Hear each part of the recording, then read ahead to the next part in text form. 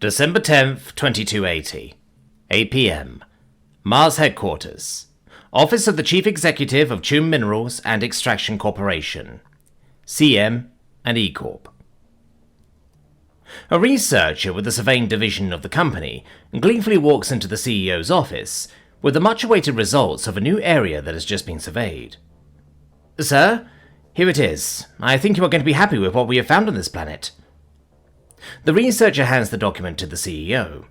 As he is reading the report, a soft smile is seen on his face, and as he reaches the end of the document, he thanks the researcher for his time and asks him to leave the room while he attends to some important business.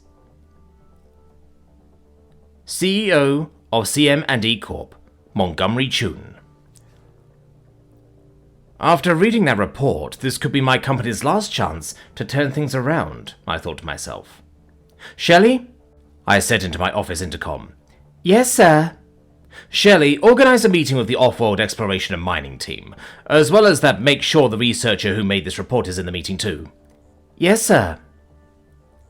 I took the rest of the night in my office to contemplate my next steps, and set out exactly what the plan should be going forwards. I can't disclose that we have found this planet to the authorities as it is. They all want to give the contract to a larger mining company. Then there is the issue of ships. All of our fleet is outdated and underfunded after the damn mining wars. December 11th, 2280, 10 a.m. Mars Headquarters Conference Room, A. CM and E Corp. CEO of CM and E Corp, Montgomery Chun. As I took my seat at the end of the table, I looked around to see all the faces that were present. Sitting in the middle of the table was Oscar Kivari, Director of Security Forces for Exoplanet Excursions. He is responsible for keeping our personnel safe in line with company policy, and disrupting any attempts from other companies to sideline our efforts in space. I've known the man for many years. He can be a monster at times, but is reliable to a fault and always gets the job done, no matter the task. He seems to have a blank look on his face most of the time, but cracks some mean jokes at the office parties. Sitting next to him on his right are Joseph Miller and his assistant, researcher Conrad Morgan. Joseph is the director of the Research and Development Department of CM&E, a critical and often overlooked part of the company. It may be the only reason we have stayed afloat over the years, with their inventions and software development programs giving a much-needed revenue stream. The man himself seems to be idly chatting to his assistant, with a soft smile on his face, no doubt happy with the recent discovery they have made. I have known him for a few years now.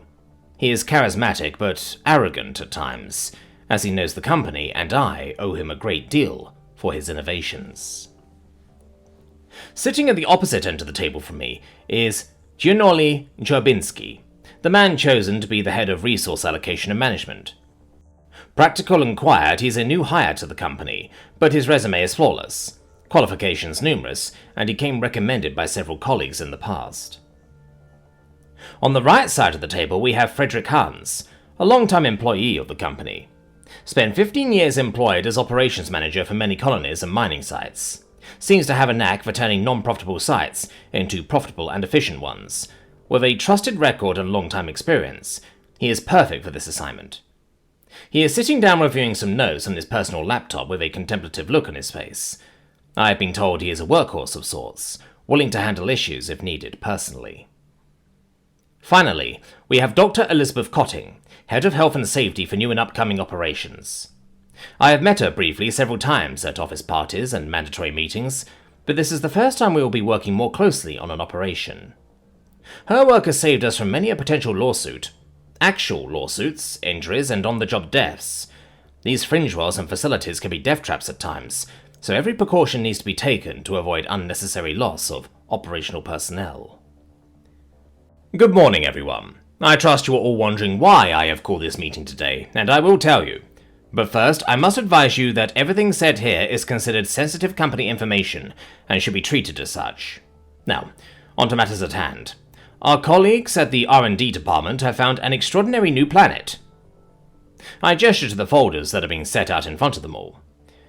If you will now read the short brief I prepared, it took them about 5 minutes to read the report and the subsequent brief. I could see a mixed reaction. Some smiling, others calculating. Now, as you can see from the report, this planet is very rich in not just minerals, but element 871, and given its size there is quite a lot of it, just a little smaller than Earth, being about the size of Mars. Mining and extraction operations could span entire continents, and could make us the biggest resource extraction company in the history of humanity. I don't need to stress to you all the importance of the decisions that will be made in this room, and future meetings to come, so let's get started. February 22nd, 2281, 3 AM Neptune Spaceport, CM&E Corp. Director of Research and Development for CM&E, Joseph Miller. It had been nearly 3 months since the discovery of the near-miracle planet we have given the creative name of ED-1156.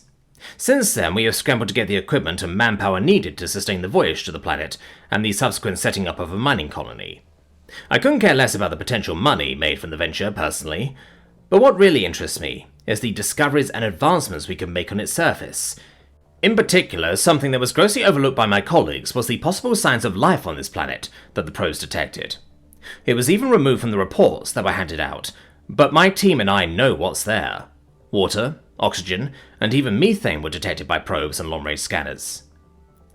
If our budget was larger, we would have sent better and more equipped drones down to obtain more information, but the company is struggling as it is, and more funding isn't coming anytime soon. I know why the CEO didn't want the signs of life discussed or disclosed. It's regulation that when a planet has these signs, that they are off limit to mining and should be reported to the governing body for these planets, the Department of Extraterrestrial Exploration. As I think on this, I let out a small sigh and looked towards my assistant. Comrade, is everything accounted for regarding what we will need in our lab? Yes, Research Director. Everything is being loaded onto the ship as we speak. Good. We can set the lab up in orbit then. I look up at the massive ship above me, the CMSS Enduring Enterprise, a colony ship originally and still to some extent, but we have retrofitted her to accommodate more supplies and less crew. Research Director? Comrade said in a sheepish voice. Yes, lad? If we do find life on this planet, what do you expect the company will do? Will they let us study it? And what type of life do you think will be on the planet? All good questions, comrade, I answered, and don't fret about it. I have talked at length with Montgomery about this, and he has assured me that we will have free rein to study what we please once we arrive at ED-1156. And as for what type of life may be found there, I believe it may be mostly bacteria, possibly early plants and insects. But this is the first time we are seeing life that hasn't come from Earth before, so your guess is as good as mine. We should board the ship now. Seems everything is loaded up. Conrad nods and starts walking up to the crew loading elevator. I follow behind him, taking one last look at the outside of the ship, a smile starting to form on my face. I can't wait for the discoveries that will be made, and who knows, I may even be awarded a Nobel Prize, I thought slightly. February 22nd, 2281, 4 AM, Neptune Spaceport. CEO's Office. CMSS Enduring Enterprise. CM&E Corp. CEO of CM&E Corp, Montgomery Chun. Shelley, has all cargo, crew and equipment been loaded up yet? I asked my assistant. Yes, sir, it has. Good. I would like us to keep to schedule and get us into space within the next hour. I know it is not my place to tell the bridge how to fly a spaceship, but could you ask them exactly when they believe we will be leaving port, and remind them of the tight timeframes we are working with?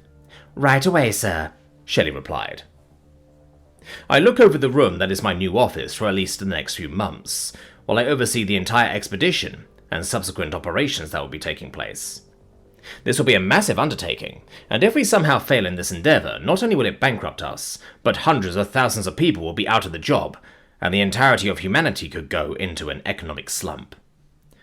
Either we succeed or we fail to bring humanity from the brink of economic ruin.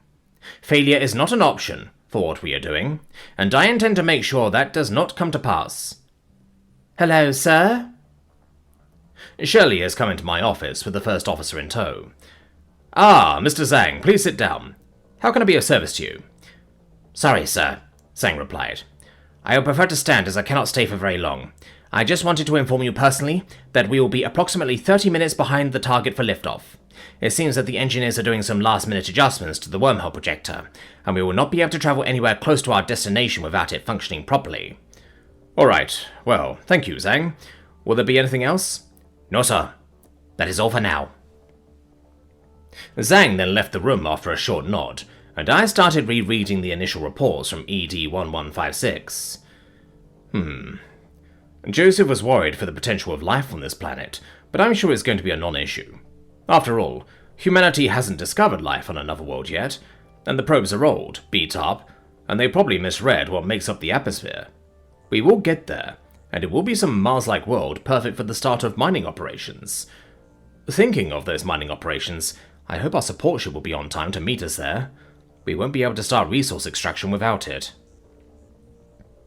The 30 minutes have now passed, and we are starting to lift off. Even though we are using wormhole travel, it is still going to take a number of weeks to get there and get situated. All crew brace for thruster ignition. Countdown beginning.